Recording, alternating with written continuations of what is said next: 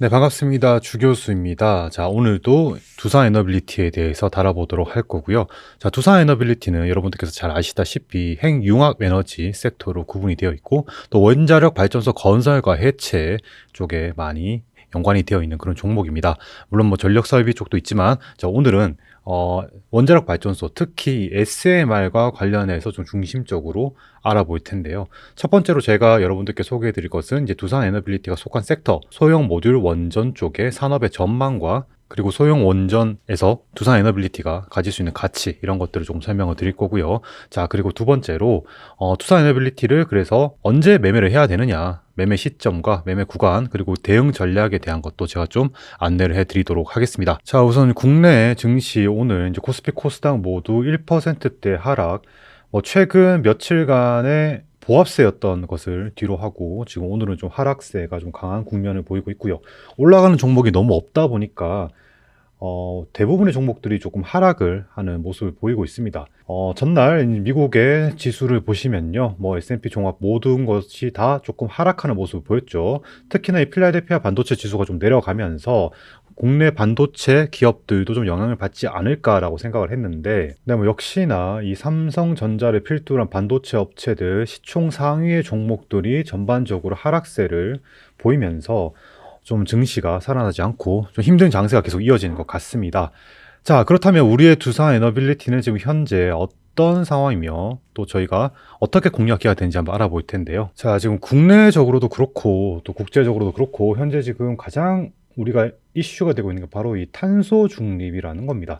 결국은 화석 연료를 통한 이 에너지, 그리고 탄소 발생량을 줄이고자 하는 이제 그런 시도들이 국제적으로 많이 나타나고 있고, 그거의 필두로서 이 신재생 에너지라는 산업이 계속 이렇게 발전하고 있다는 거 여러분들도 알고 계실 거예요. 근데 신재생 에너지와 함께 이 원자력이 상당히 중요하다고 여러분들께서 아셔야 될 것 같고요. 그러니까 원자력은 신재생 에너지의 카테고리에 들어갈 수가 있다라고 보시면 될 것 같고, 이제는 이 신재생 에너지와 원자력을 함께 뭉쳐서 이렇게 생각한다고 보시면 될 것 같습니다. 자, 그렇다면은 신재생 에너지와 함께 원자력이 중요시 되고 있는데, 결국 원자력 발전소를 앞으로 많이 지어가야 될 필요성이 있고, 장기적으로 봤을 때 전 세계적으로 원자력 발전소 건설량이 늘어날 것이다 라고 보시면 될 것 같습니다. 자, 물론 2011년도 후쿠시마 원전 사고가 있었죠. 이 원전 사고 이후에 이 대형 발전소 1000메가와트급 이상의 발전소를 전혀 짓지 않는 그런 상황이 연출됐었는데요. 자, 하지만 그럼에도 불구하고 국내 원전 수출에는 별 문제가 없었던 게 이제 바라카 원전이라고 해서 후쿠시마 사고 이후에 최초로 유일하게 이 원전을 UAE에 수출하는 이제 그런 실적을 달성을 하였습니다.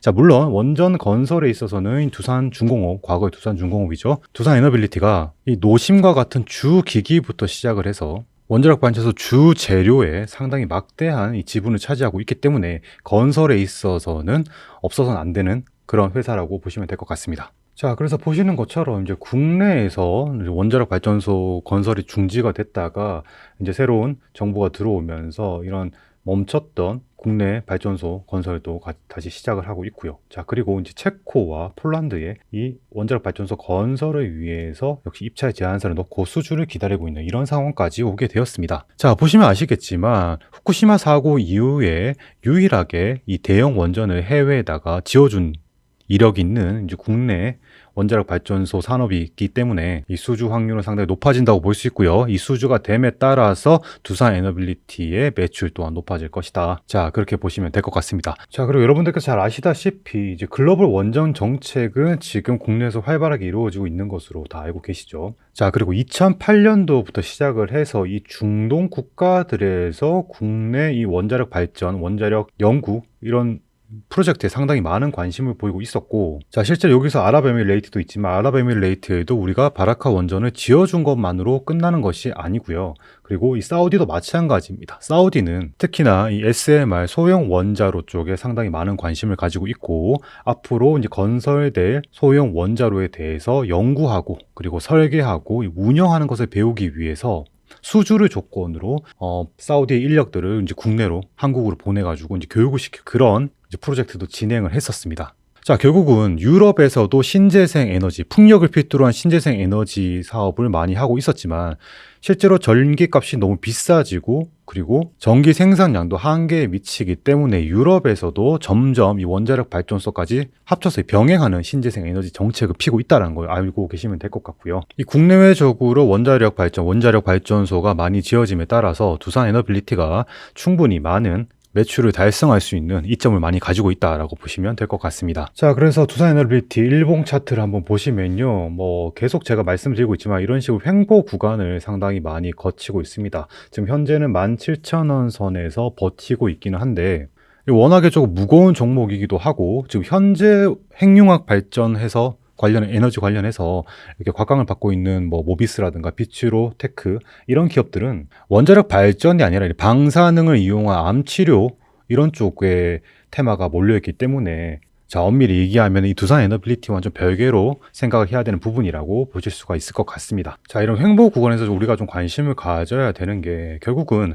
제가 지금 현재 시점에서 이 두산 에너빌리티를 말씀드리는 것은 결국 이 매수 구간이 올 것 같은 시점이 도래했다라고 보시면 될 것 같고요. 매우 장기간에 걸쳐서 이 15,000원 선을 유지를 하면서 이거를 기준으로 오르락내리락 하면서 주가를 형성하고 있는 게 두산 에너빌리티였습니다. 지금 이 차트를 보시면 이 15,000원 선 구간, 요 구간에서 자, 크게 떨어지지 않고요. 자, 이런 식으로 이 구간을 뚫었다가 그다음 또 내려오는 거죠. 그리고 이 구간을 어느 정도 이렇게 지지하는 모습을 보여주면서 주가를 형성하는 것을 보실 수가 있습니다. 자, 근데 여러분들께서도 아시다시피 원전 수출과 관련한 이런 재료들 그리고 국내외적으로 수많은 이 고객사를 가지고 있는 두산 에너빌리티가 이런 식으로 주가를 유지하고 있다는 사실만으로도 앞으로의 주가 상승을 우리가 예상을 해볼 수가 있겠는데요. 하지만 이렇게 횡보 기간이 길었기 때문에 이렇게 주가가 직접적으로 바로 올라간다고 볼 수는 없고요. 이런 식으로 조금씩 내려갔다가 다시 한번 이렇게 구간을 그리고 이렇게 올라갈 수가 있다는 것입니다. 그래서 우리가 이런 식으로 하락하는 구간이 발생을 했었을 때 어떤 식으로 대응해야 되느냐가 결국은 수익을 내는데 핵심이라고 볼 수가 있고요. 자, 그래서 결국 우리가 주식 투자를 하는 이유는 수익이죠. 가장 중요한 건 수익입니다. 자, 그래서 이 두산 에너빌리티 매수 진입 구간과 매수 후 손익절 대응 전략을 빠르게 공유하기 위해서 제가 텔레그램 방 운영하고 있고요. 이 텔레그램 방에는 저희가 드리는 정보를 통해서 이 주식 매매 실력을 키워서 충분히 수익을 내고 계시는 분들이 상당히 많이 계십니다. 자, 또한 주식이 처음이시지만 이 매수 매도 타점을 이 텔레그램 방에서 받으셔가지고 이 수익 실현을 하고 계신 분들도 굉장히 많으시고요. 자, 두산 에너빌리티 관련 중요 정보를 공유 받으시면서 이 전문적 분석 정보 또한 받아보고 싶다 하시는 분들, 자, 우선 제 영상에 구독과 좋아요 많이 눌러주시고요. 자, 화면 상단에 제 번호 보이실 겁니다. 제 번호 010-2648-7760번으로 이 두산 에너빌리티를 줄여서 두에라고 이 두 글자만 보내주시면요. 자, 두산 에너빌리티 매매 정보를 공유하는 이 텔레그램 링크를 제가 보내드리도록 하겠습니다. 자, 혹시 이 텔레그램을 사용하지 않으셔서 문자로 받아보고자 하시는 분들께서는요, 두에 문자라고 보내주시면 되겠습니다. 그래서 기사를 보시면요, 이 탈원전 유턴을 했던 세계, 특히 이제 북미와 그리고 유럽 쪽이겠죠. 이 SMR에 주목을 하고 있다고 합니다. 자, 이유가 다 뭘까요? 자, 결국은 유럽은 신재생 에너지의 거의 선구자였습니다. 풍력이라든가 태양광 이런 쪽으로 상당히 투자를 많이 하고 했었지만 이 전력 난이 발생하게 되고 급격하게 전기세가 높아짐에 따라서 이 국민들의 부담감도 상당히 커지고 이 경제 발전에도 상당히 문제가 생겼다는 것인데요. 자, 그래서 거의 건설하는데 8조에서 10조 가까이 대형 원전을 건설을 하면 그 정도가 드는데 그 정도 부담감을 가지고 이 건설을 하기에는 너무 이 국가적인 손실이 있을 수도 있다. 당장의 손실이죠. 당장의 손실이 있을 수 있다라는 그런 판단이 섰을 수도 있고. 자, 그리고 또 하나. 일반 대형 원전을 짓기 위해서는 바닷가가 필요합니다. 바닷가에 건설을 해서 이 해수를 끌어다가 이 원자로에 뜨거워진 열을 식힘으로써 거기서 발생하는 수증기, 이 증기를 가지고 전기를 만들기 때문에 바다가 없는 국가들은 어떻게 해야 될까요? 원자력 발전소를 쓰고 싶어도 쓰지 못하는 상황이 발생한다는 겁니다. 자, 이런 단점들, 경제적인 것들과 그리고 더 나아가 안정성, 그리고 이 건설 위치의 용이성 이런 것들 때문에 SMR, 즉 소형 모듈러 원전이 각광을 받고 있다라는 겁니다. 자, 하지만 이제 국내에서 한국에서는 우리는 이제 삼면이 바다잖아요. 그래서 바닷가에다가 대형 원자력 발전소를 많이 설치해서 이제 사용하고 있는 국가 중에 하나죠. 자, 그래서 SMR에 대해서 관심도가 좀 떨어질 수는 있어요. 하지만 이제 한국도 SMR 연구에 대해서는 한 2, 30년 전부터 시작을 했었고요. 뉴스케일 파워와도 이렇게 굉장히 많은 교류를 하면서 연구 성과를 달성해 왔습니다. 그리고 제가 앞서 사우디아라비아가 원자력 발전소에 관심이 많아가지고 이제 국내 원자력 발전소 수주 계획을 작성을 하고 계약을 하고 그 다음에 자신들의 인력까지 한국으로 보내가지고 원자력 연구를 하고 그리고 설계를 하고 운영을 하는 방법을 배워가고 있다. 배워갔었다라고 말씀을 드렸는데, 자, 그만큼 우리나라 이 소형 원자료 쪽 분야 이런 연구도 상당히 많은 발전을 했고, 그리고 해외에다가 수출할 수 있을 정도의 수준이 되었다. 그러니까 지금 해외에서 북미나 유럽 쪽에서 소형 원전 많이 개발하고 있지만 이 국내 연구진들도 충분히 경쟁에서 이길 수 있는 그런 연구 개발력과 그리고 대형 원전을 이 설계하고 건설했던 이런 두산 에너빌리티 같은 회사들의 이런 역량들이 충분하다라고 보시면 될 것 같습니다. 자, 그리고 우리는 이제 어디까지나 이 두산 에너빌리티를 주가의 측면에서 내 수익을 가져다 줄 수 있는 종목의 측면에서 바라보는 것이기 때문에 뭐 이런 정보도 중요하죠. 여기 보시면은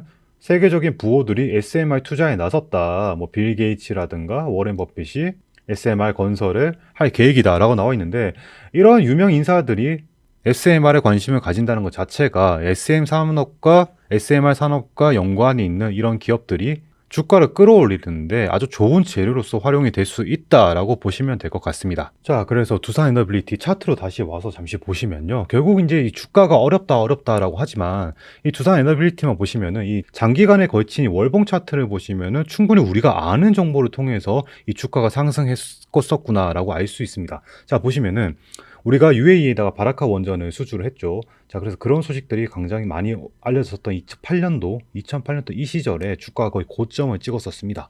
자, 근데 후쿠시마가 언제 터졌나요? 후쿠시마가 2011년도 기점으로 터졌었죠.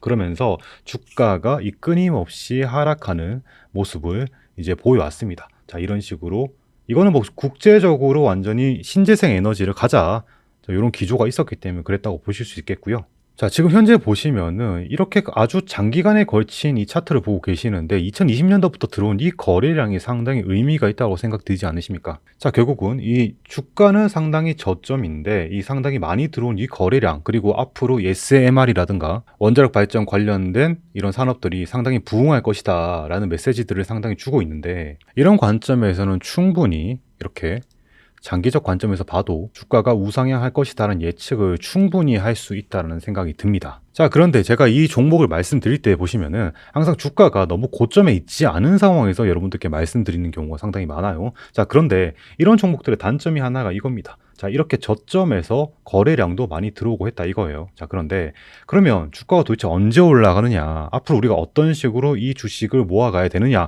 그리고 만약에 예상한 대로 올라가지 않으면 어떤 식으로 대응을 해야 되느냐가 상당히 이제 중요한 시점이라고 볼 수가 있습니다. 자, 그리고 제가 앞서 차트를 한번 말씀드렸을 때 이 15,000원 선, 딱 요 정도 선입니다. 15,000원 구간, 요 구간에서 상당히 주가가 오르락 내리락 하는 모습을 보여주고 있다라고 말씀드렸었죠. 자, 그렇다면 지금까지 말씀드린 정보만으로도 충분히 이렇게 주가가 올라갈 수 있을 거라는 예측을 하실 수가 있는데, 자, 문제는 이렇게 저점에 와 있는 종목들 공략할 때 이제 무엇보다 이 전략이 상당히 중요하다, 대응 전략과 매매 전략이 상당히 중요하다라는 말씀을 드리고 싶고요. 지금 제가 운영하고 있는 텔레그램 방에서 이 매매에 바로 활용할 수 있는 이 알찬 정보들 공유하고 있고요. 실제로 방에 참여하고 계신 분들 이 주식 투자로 수익 실현을 상당히 달성하고 계십니다. 자, 현재 이 집중적으로 관심을 가져야 하는 섹터와 종목 관련 정보가 상당히 텔레그램 방에서 공유되고 있습니다. 자, 이런 정보를 받아볼 수 있는 텔레그램 방에 참여를 위해서 우선 구독과 좋아요 많이 눌러주시고요. 자, 화면 상단에 제 번호 010-2648-7760번으로 이 참여라고 두 글자 보내주시면요, 제가 빠르게 링크를 보내드리도록 하겠습니다. 자, 역시나 이 텔레그램을 사용하지 않아 문자로 받아보고자 하시는 분들께서는요, 참여 문자 라고 네 글자 보내주시면 되겠습니다. 자, 그리고 영상을 보시면서 이 텔레그램 방이라든가 혹은 제가 다루고 있는 종목에 대해서 질문이 있으실 수가 있는데, 질문은 언제든지 제 영상에 댓글로 달아주시면요, 제가 텔레그램 방과 대댓글로 또 충분히 답변 드릴 수 있도록 하겠습니다. 자, 그러니까 지금 보시는 영상에 구독, 좋아요 누르는 거 잊지 마시고요. 댓글도 자유롭게 달아주셔도 되니까요. 뭐 이런 게 궁금하다, 이런 정보가 있었으면 좋겠다, 이런 거 모두 편하게 달아주시길 바라겠습니다. 자, 그리고 제가 오늘 다룬 이 두산 에너빌리티 이외에도 앞으로 주의를 이제 기울여야 할 섹터로 네옴시티 관련주 제가 보고 있다고 말씀드렸고요. 그리고 2차 전지 관련주도 있습니다. 자, 그리고 우크라이나 이 재건 관련해서 이 재건 관련주들도 조금 생각을 하고 있는데, 자, 요런 종목들 전부 다 제가 이 매매 타이밍이 올 때쯤에 여러분들이 이 매매 관점에서 접근하실 수 있게 영상으로서 계속 소개해 드리도록 하겠습니다. 네, 그럼 지금까지 저는 주교수였고요. 이 주교수의 주도주 특강, 이 두산 에너빌리티 편 여기서 마무리하도록 하겠습니다. 자, 구독자분들과 같이 공부하면서 성공 투자할 수 있길 바라겠습니다. 감사합니다.